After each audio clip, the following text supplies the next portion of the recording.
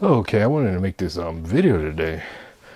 I was just going on my YouTube channel. I made a video earlier about this camera right here, the Sony A6000. And when I was making this video, I noticed that YouTube just started to do podcasts. So I guess they are allowing users to create podcasts and post them on their YouTube channel.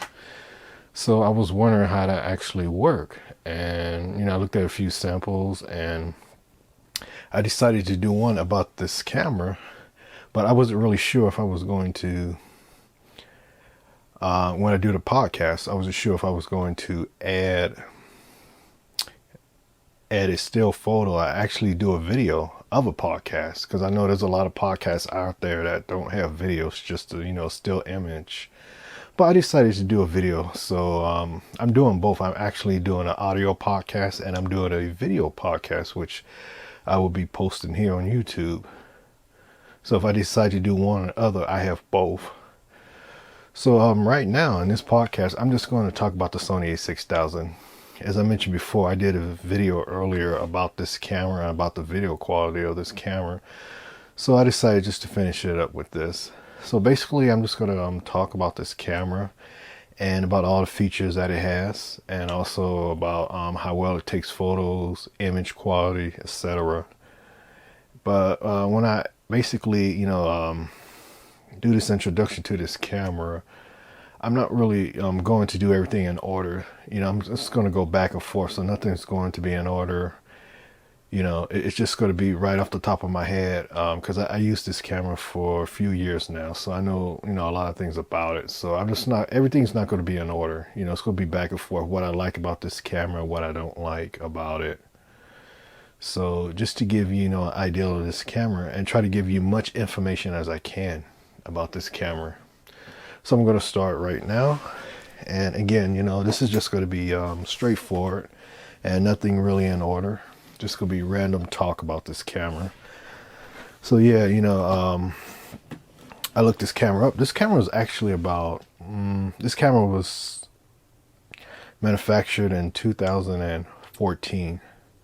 So this camera is about 9 years old, but this is probably one of the best mirrorless cameras that you can get for the money. I haven't really checked recently how much this camera sells for on eBay, but you could probably get it for anywhere, I would say about $200 or $300. And right now I'm just gonna do a quick check just to see how much, what is the value of this camera online right now. Because again, this is one of the best cameras that you can actually buy, regardless of how much it costs. So I'm going to take a quick look. Sony A6000. Let's see how much it sells for right now. Wow. Let's see. Okay, I just checked online on eBay, and this camera goes anywhere from $220 up to $400 and some dollars. Let's see. Yeah, $420. So on the average, this camera still sells for about $250 to $300 on just the average price. And I have to tell you, this is worth it. Out of all the cameras that I have used, this right here, the Sony A6000, has to be the best camera.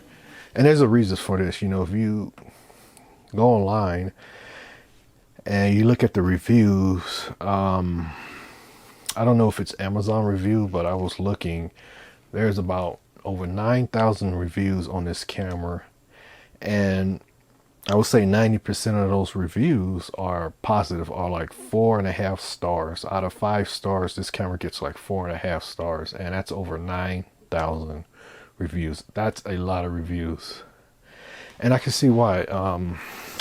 This is just really a great camera. It has everything you need. And first of all, I'd like to start off with just talking about the specs, what makes this camera really great, and what it set it from the rest of the cameras that's out there. And again, this camera is 9 years old, but it still could hold up against any cameras that's out there today in 2023. To start with, this camera has a Bion's processor and image processor, and it's so, technology that was designed back in 2014, and which basically is supposed to increase the sharpness of your image, and reduce the pixelations of your image as well. And it's supposed to basically allow better shooting in low lighting. I guess that was one of the main things, basically to sharpen the image, reduce the pixelation, but also being able to shoot in low lighting. That was the second thing. But the number one thing about this image processor was the fact it was supposed to have the fastest autofocus at that time in 2014. And I have to tell you, using it, the autofocus is really fast. I mean, you could just lock on a subject and just hit the shutter button, and it takes the image right there quickly within a second or half a second. So the autofocus is really fast, and you can just take photos almost, instantly when you power it up. But also, this has a 24 megapixel image sensor. And that is high, and I think this is probably one of the best things about this camera is the fact that which having a 24 megapixel image sensor, you can take very sharp photos. Not only sharp photos, but this allows you to crop. And if you're someone that likes to crop images or have to crop them like I do, because I take pictures of a lot of electronic products, and there are times where I have to zoom in on that image, right? Or on that subject. And then I have to crop it once I take the photo.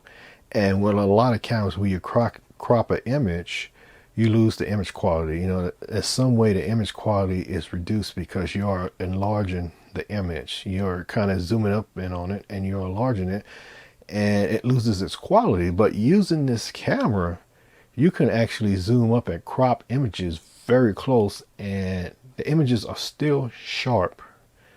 For example, you could take an image at I don't know how many megapixels, maybe a 12 megapixel image on this camera, but in pixels, the image would be like 4,000 by 2,000 pixels, or 4,000 by 3,000 pixels. On that image size, you can actually zoom up about 50% and crop it at 50%, and the image would just be as sharp, if not sharp as the original image before you enlarged it, using this camera. And again, that's due to the high pixel rate of this camera, 24 megapixels, and it makes a difference. I have used cameras that have 12 megapixels, and when you crop the image, it just loses its quality. It's not as sharp.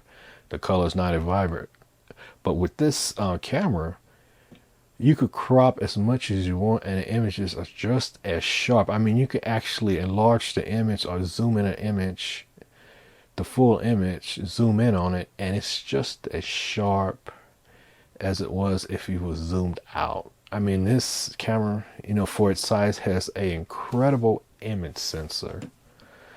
So basically, that's the number one reason why this camera has been such a great seller over the years, and it still is today, because of the image sensor. It's just, one of these cameras that you could just crop and crop till your heart desires, If you like to crop images, I mean, this is a camera to get, because you won't lose quality, when you crop these images, because you have 24 megapixels. And again, that's a lot of megapixels. That's more than enough to do anything. Even print ups, you could print 11 by 17 prints or larger because of this image sensor. So basically, I'm just going to go over the features, some that it has.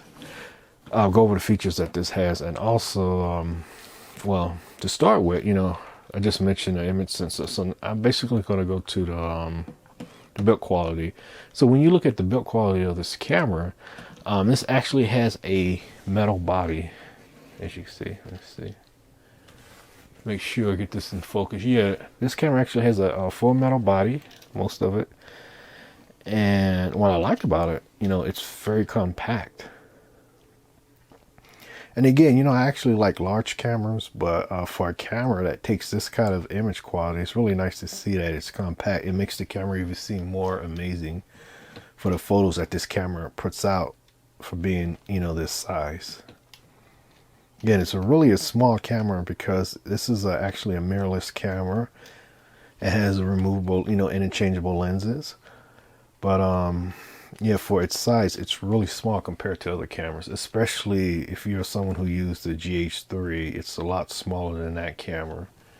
And the image quality to that is really superior, The GH3 comes pretty close, but in terms of image quality, this just wins, So yeah, it has a small metal body.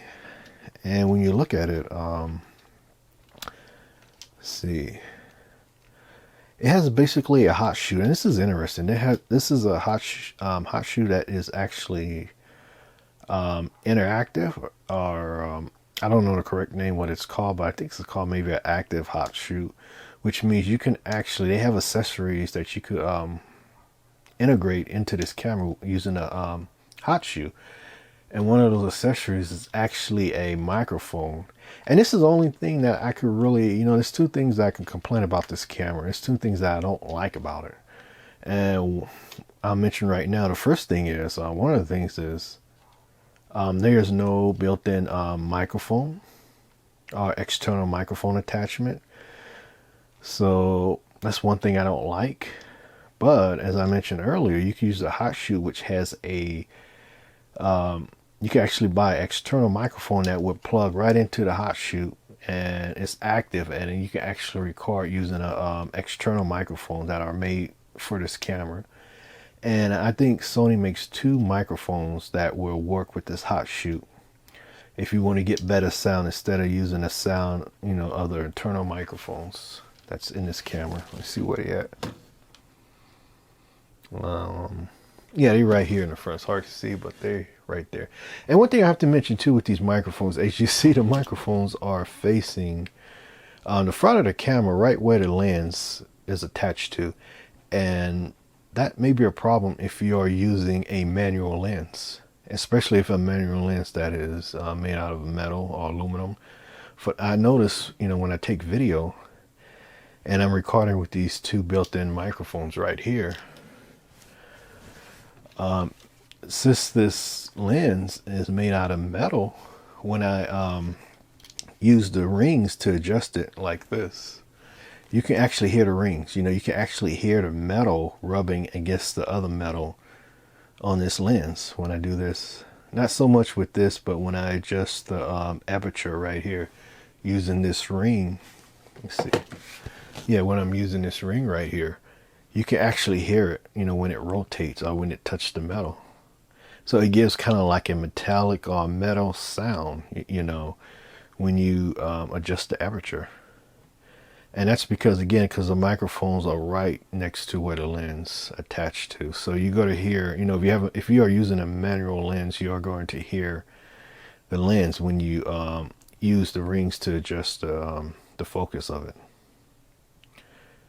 And again, that's not really a big deal because, if you use the kit lens, which have autofocus, you don't have to worry about that. But if you do use manual lens and you are filming video, you have to think about that too. You just have to use the external microphone, but it's no big deal. When you shoot video, you're supposed to use the external microphone and sync your audio in your software with your video. But again, and anyway, I would not even recommend using the microphones, that are built into the cameras, because they are not as good as an external mic. But one thing about these microphones that are on this camera is they are very sensitive and very loud. So basically you can actually talk, from far away. You could just talk in a normal level and this camera would pick up your voice very clear. I mean, well, not clear, but it would pick it up very easily, because again, these microphones on it are very sensitive. So basically you don't have to talk very loud for your voice to be heard when you are filming with this camera, even if you are far away from this camera, because it just picks up the sound, very well. It's very sensitive, and you can, hear your voice very easily which is good. But at the same time, you know, you're going to have the distortion and you're going to hear the noise because these are just internal mics. But again, it still picks up sound very well. And you could, you know, clearly hear what the person is saying. Even if they are far away from the camera, it still picks up well. But you still go get a lot of noise from these microphones. So it's best to use an external microphone, or, well, you can't use an external microphone, but you can use an external recorder and just sync your audio, you know, with your video in post in the software. So yeah, the mics are, the quality is okay, but they record very loud. And let's see what else. And also, okay, let's talk about the viewfinder. You know, when you look at this camera, this is one thing that's interesting. And this is another reason why I chose this camera, is because this has an electronic viewfinder. And this is one thing that I like about a camera that has, you know, that has a viewfinder. But the thing about this viewfinder is, since this is a mirrorless cameras don't have the has a digital viewfinder. They don't have the glass viewfinder because it's mirrorless. So the problem with having a digital viewfinder is that your camera has to be turned on in order to see the image through the viewfinder, because it's digital. It's not like a old DSLR with a single lens reflect mirror that you don't have to turn the camera on to view your subject, but this you do. But again, the quality of this viewfinder is very good. I forgot how many, I forgot the resolution. I don't know. I think it was like 900. I think a previous model of this camera had like a 1 million pixels for a viewfinder. This one has like 900,000. Also, the LCD has a 900,000. But what I have heard is that, you know, the quality of the viewfinder has actually went down in this particular model slightly from 1 million pixels. But still, you know, the viewfinder looks great. You know, the images and stuff looks great, and it works very well.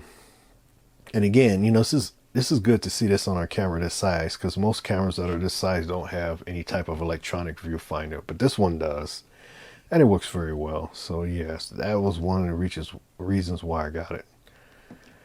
And when you look at the LCD right here, this actually has a tilting LCD that comes out, and it tilts up and it tilts kind of down. And the reason why it tilts down is for those who, you know, like to take photos from above, like for example, like this, above an area, or if you are in a crowd of people and you want to put the camera over your head, you could tilt the lens, you know, up like this, and you could kind of see it doesn't tilt all the way back. But if you're in a crowd and you need to put your camera up where you want to shoot down, you can still somewhat see what you're shooting because of the LCD tilting like this. But also, if you are shooting upward, like to the sky, it works well too, like this, you know. So you can shoot up. Maybe you want to shoot something in the sky, like fireworks, for example. You could tilt the LCD out like this and tilt it down, and you can see what's happening on the screen when you're holding the camera over your head. So that's a nice feature. Well, it doesn't swing out, you know, like the traditional you know, DSLR cameras. It just kind of tilts and tilts out. So yeah, and again, you know, the resolution of this is 900 pixels, and it's really sharp. I mean, it looks really good. The color, it's very accurate, and it just, you know, your images look good. And you can actually, you know, get a good preview of how your images are going to look before you, you know, view them on a PC, because it's really sharp and color is pretty accurate. So yeah, it's good for viewing your images or previewing your images before you take them with this camera. And another thing about this camera, and this is one thing, you know, after using this camera, I noticed when I used the GH3 is that this camera does have manual controls. I believe this has 4 manual controls, but The problem is, let's see if I can turn this on. Okay, here we go. If you can see this, let's see. Just a minute.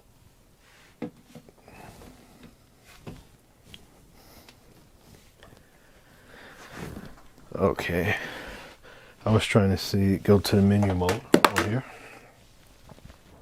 If you hit menu, again, and this is a menu that you will see in other Sony cameras or other Sony Alpha cameras. And this is a basic menu that allows you to do manual settings. And this is one thing, as I just said earlier, it's different from the Panasonic GH3. I really don't like this setup of this interface. It looks better than the previous model, because if you have ever used other Sony cameras such as the NEX or the Nex 7 camera, which looks almost identical to this, it's like a step down from this camera, the Nex 7. It has full manual controls too, but it has like little small icons. Well, this one don't. It looks more professional. I guess you could say the settings and the menu on this camera looks more professional. Let's see if I can get a better look. I tilt the screen so you can see it better. There we go. Let's see. Yeah. So as you can see, yeah, I really prefer the way the menu looks on this camera, you know. Because having the icons make it doesn't make it look like a professional camera. You know, it has these large icons, and you know, you have to scroll through the icons, and it really make it look like a, you know, budget camera. But with this menu, it really makes it look like a more professional camera, as you can see.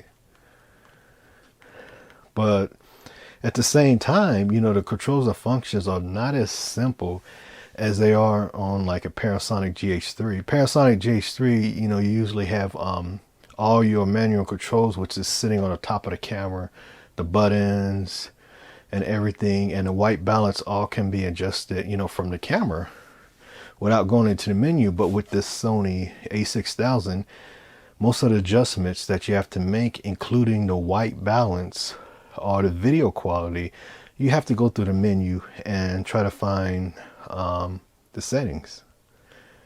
And like I say, I'm not too fond of this menu. It looks nice and it looks professional, and then having large icons, you know, to click on, but at the same time,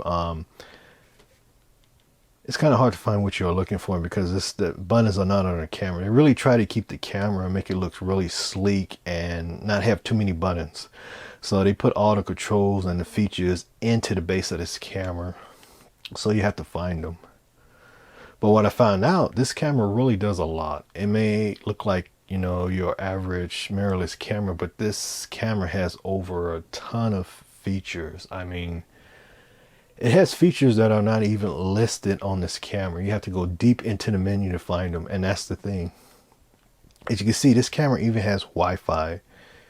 And right here it says One Touch NFC. Now this I didn't know. And it also has airplane mode. I mean, as I mentioned before, this camera has so many features that there was a guy that created a website listing all the features that this camera had, because there was so many that was not listed. And I think he came out with over 1,000 features this camera has. But the problem is trying to find them and access them through the menu, because a lot of it is not really listed. But yeah, you get One Touch NFC, and you get the Wi-Fi. And what's really great about the Wi-Fi is that you can use your smartphone to take photos, to actually control this camera to take photos, or to do autofocus. And this screen is not a touch screen. It's, you know, it's not touch. But if you use your smartphone, you can actually use your smartphone as a touch screen, and you can actually tap your screen on your phone and it will do a autofocus by just using your phone. You can snap pictures with your phone using this connected to your camera here. So that's a nice feature. And not only, you know, by having Wi-Fi, you can actually, this camera actually has apps. And I remember when I first got this camera, I set up my Wi-Fi, and I did, you know, I downloaded a lot of apps, and just to see how they work. There's like photo editing apps, all kinds of apps for this camera, and also remote control apps. But you know, And it's actually, an app store that is on this camera too as well. So as I mentioned before, there's a lot of features this camera has. And that's pretty cool that you could, visit an app store on this phone, on this camera, and download all kind of apps. But I noticed that some of the apps are not free. You're going to have to pay for them. And I think they range from, last time when I used this, from $9 to $10 an app. There are a few free apps, but but the free apps are very basic. There's nothing that's really going to draw your attention or make you, go to the app store and download them just because they're free. But yeah, they do have paid apps and free apps. So yeah. So let's see what else. MAC address and all this. This is a networking. So yeah, this camera does have networking in it, built into it. And let's see what else this camera has. Okay. I'll cut it off. See, there's something else I wanted to mention about this camera. I just forgot what I was going to mention. Oh yeah, well, I'm going to start with. Oh, okay, yes, the video quality. So I will turn this back on. I wanted to mention something about the video quality on this camera, and this is really interesting too. Let's see if I can go to video quality for a minute. While I do that, trying to find the video quality.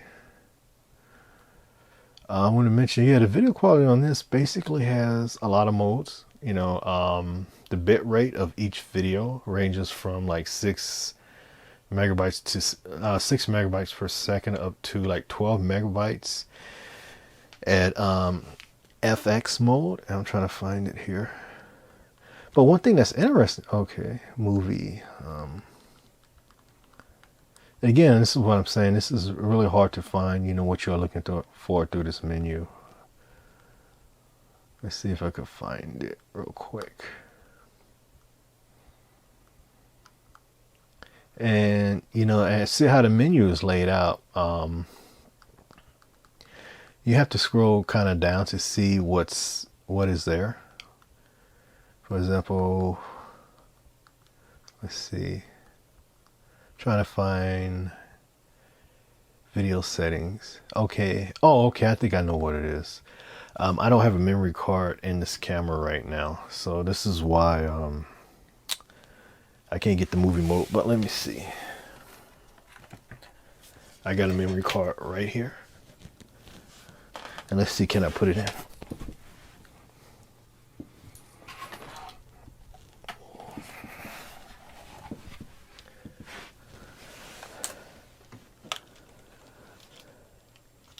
Yeah, there's no memory card in it, so I'll put the memory card to the camera here.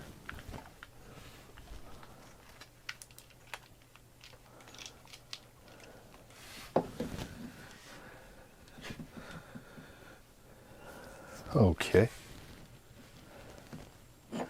So let's go back to menu and see video mode. Okay, maybe you have to set the camera on movie mode right here.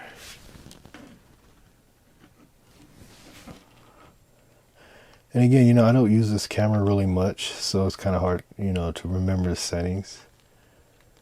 Movie mode. And okay, in movie mode right here, I just use the dial to switch it. You have, you can record using the amateur mode, amateur priority, program auto, shutter speed, and manual control, manual exposure, right? So let's see. And let's see, can we get to video quality?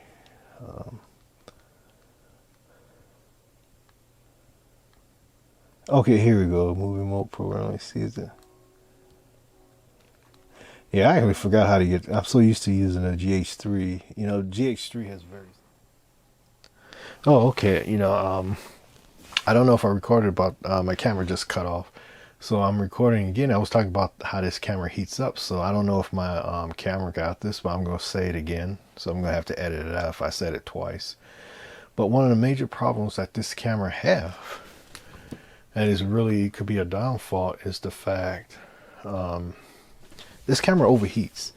And when I say it overheats, it really overheats.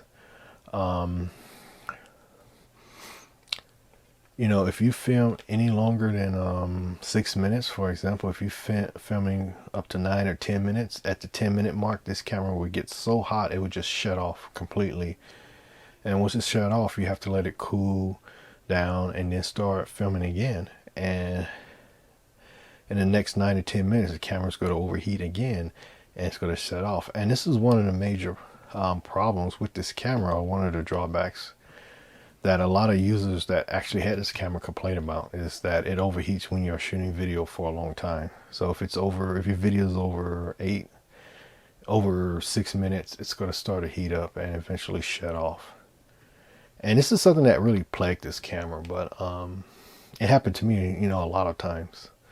So when you get this camera, that will happen. But you know, if you want this camera for filming, just remember that you're gonna have to shoot video at very short segments, maybe at like 5 or 6 minutes segments, so the camera will overheat and shut off while you're filming, just to be safe. But again, most people who purchase this camera, they purchase this camera for photo quality. But again, this camera takes great video. I mean, it just does. It takes really great video.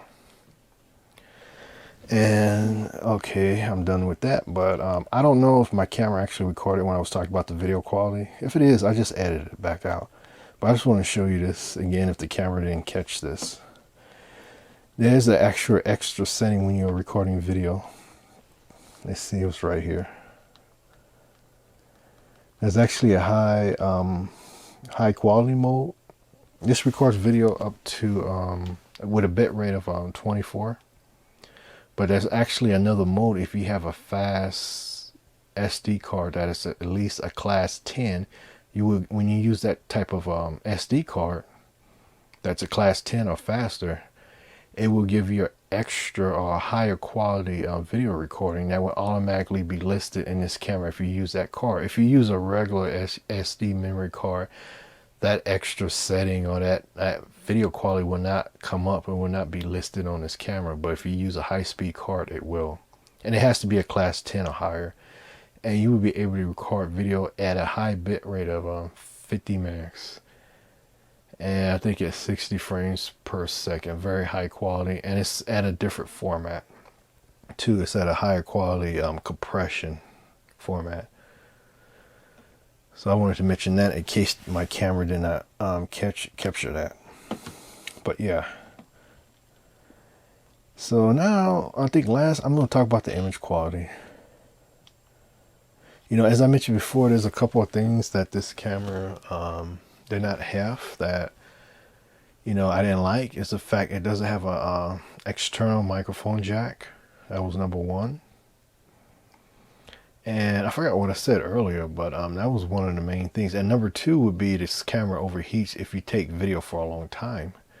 But probably one of the most things that really bother me about this camera, like everything else is great, the image quality is excellent, but there's one thing about the image quality that really I don't like, is the fact that I don't care. And this is not only, you know, not only does this camera have that problem, but I have used other Sony cameras such as the Nex 7 that has the same problem. When you take images with this camera, it seems like there is a slight cast or a dark cast over each image that you take. And I have noticed this.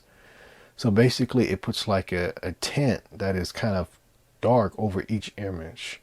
And I have used other cameras such as Panasonic GF2 and Canon, you know, DSLR cameras, and the images come out really clear. You know, there's no dark cast over the images, but this for some reason has a dark cast.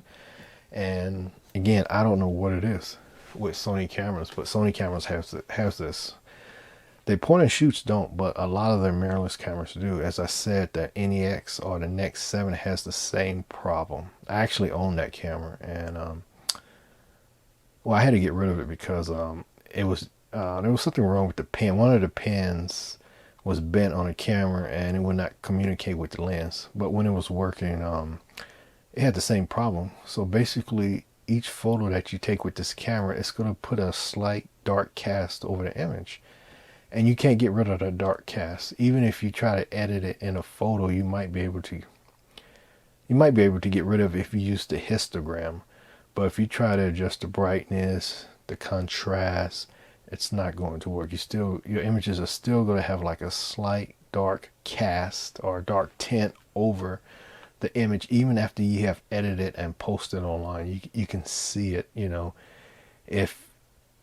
you notice it's there. If you take the same image with a different camera, you won't see it. For example, with the Parasonic GH3 or the Parasonic GF2, you won't see it because it doesn't have it. But if you take that same image with this camera, you will see it. Even if you edit it, you will see a slight darker cast over each image that you take.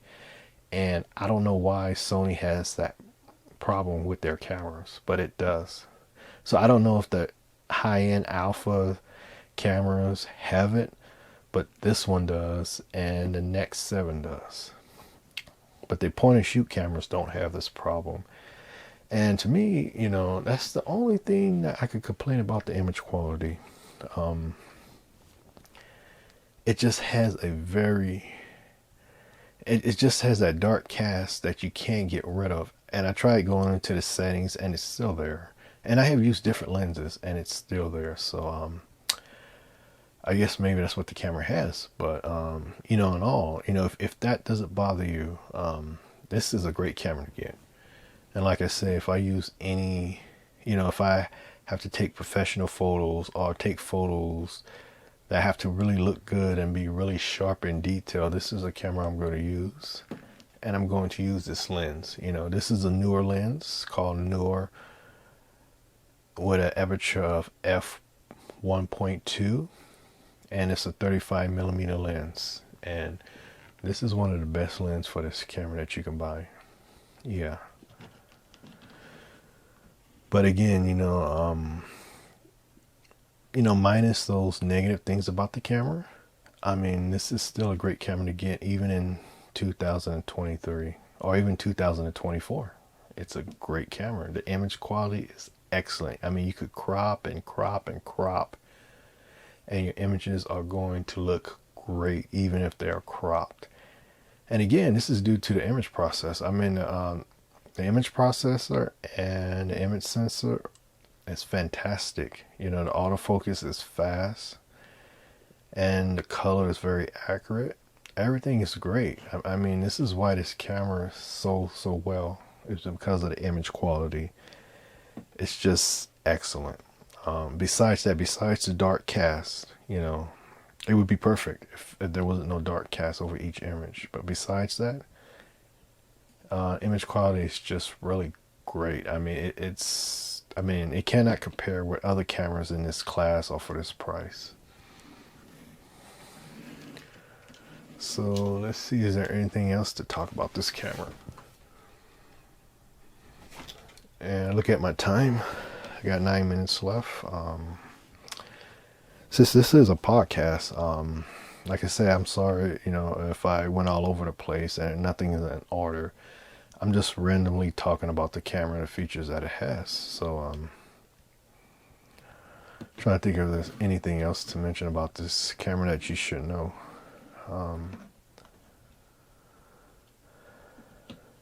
Can't think of anything. That's pretty much it. I covered pretty much of it.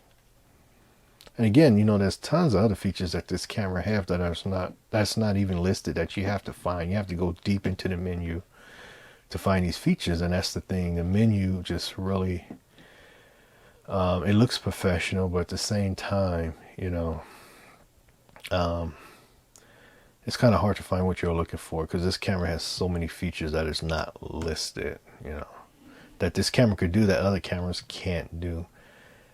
And also, it takes 11 frames per second. I wanted to mention that as well. And let's see.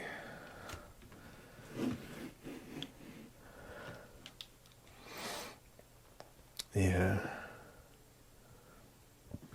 Well, I think that's about it. So right now I'm just going to talk a little bit about this lens, since this is a Sony lens. Now, if you're looking for a great lens for taking video, this is a lens again. This is I think a 35 millimeter. Yes, 35 millimeter, 28 by 70 lens. 28 to 70 millimeter lens. And let me tell you something. This is a great lens for taking video, not for photos, because this is actually a full frame lens, okay, which is designed to work with full frame image sensors. And this camera right here has an APS-C size image sensor. It's not a full frame, but APS-C size image sensor. But when you put a full frame lens like this on this camera, on the A6000, and use it for video, the video looks amazing. It takes great video with this lens, even though this is a full frame lens. For photos, it's okay because this lens will actually crop your images because it's a full frame lens. So when you put it on an image sensor that's only a smaller image sensor, it's going to crop it. But for taking video, it does the opposite. It gives you some of the best video quality out there. And this is what I use to shoot most of my videos, because this is a has autofocus. So if I want to take video real quick, or I want to do something real quick, this is the lens that I use. Or if I want to record high quality video, which looks great, this is a lens. This is what I use. So yeah, this is what I use, and it takes great video. It's definitely worth the price what this lens costs. And I forgot how much this lens costs. I think it originally sold for $400 when it was introduced, but now I think you can get it for like under $200. You could buy this for under $200. I think even at Best Buy you get this for like $200. On eBay you could pay like $120 for it, or $150, you know. But this was originally a $400 lens, and it's worth it. I mean, you can get it like say right now for under $200, and it's worth it for recording video. If you want to shoot great video with your A6000, you need to get this lens, because I have shot a lot of video even on my YouTube channel using this lens. Like I did a video about the budget mirrorless camera for like $60, which was the GF2. I actually shot that video using this camera and this lens right here. So yeah. And I mean, this lens puts out a lot of detail. It would capture a lot of detail. You can actually see the dust on the camera when you use this lens for filming. It's great for filming, but for photos it's okay because it crops the images for photos. But for video, it brings out all the small little details such as dust, length, that you can actually see on a camera or on the lens when you film with this thing. So yeah, that's about it. But yeah, if you want a camera that takes excellent photos and that takes great video, this is a camera. And this is one thing, you know, it takes great video and great photos out of the box. You don't have to go into the manual settings. You could just set this camera on auto. I think it's called intelligent auto. You just set it right here like this, and on the green icon, and you can just start taking pictures right away. You don't have to go into the manual settings or the manual controls in order to get good pictures. You don't have to tweak this camera. You don't have to do any adjustments. You just set this on auto like this, and you can just take great looking videos and great looking photos. Now if you want to tweak this camera to get even, let's say, even better video quality from this camera, you can. You know, you go into the settings and get even better video quality. But out of the box, you could take great looking video which has great color, great depth, great balance, you know, very smooth, just very accurate in color and very detailed. As I mentioned before, you can see the dust and the length on lens or cameras or anything. It would pick up every little detail, and that's just on auto setting. So again, if you want a camera that you could take excellent photos or excellent video right out of the box without doing any type of adjustments, this is a camera to get. You know, if you are new to photography or new to filming, you know, or vlogging, this is a camera to get, because you don't have to do any type of manual settings to get great video out of this or great pictures. It just does it automatically, you know. And this is why I use this camera, you know. If I want to get more complicated, you could go into your manual settings and adjust the sharpness, color saturation, etc. But out of the box, the images and the videos just look great, especially the videos when you use this lens. You know, great. So yeah, that's about it.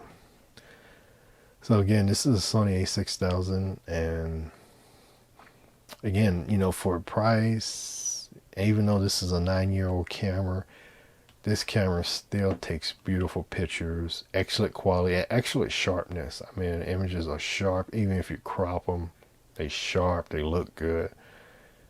You know, it's just a great camera overall, and I can see why this camera receives so many positive reviews. Over 9,000 positive reviews. Just, I mean, this is a great camera.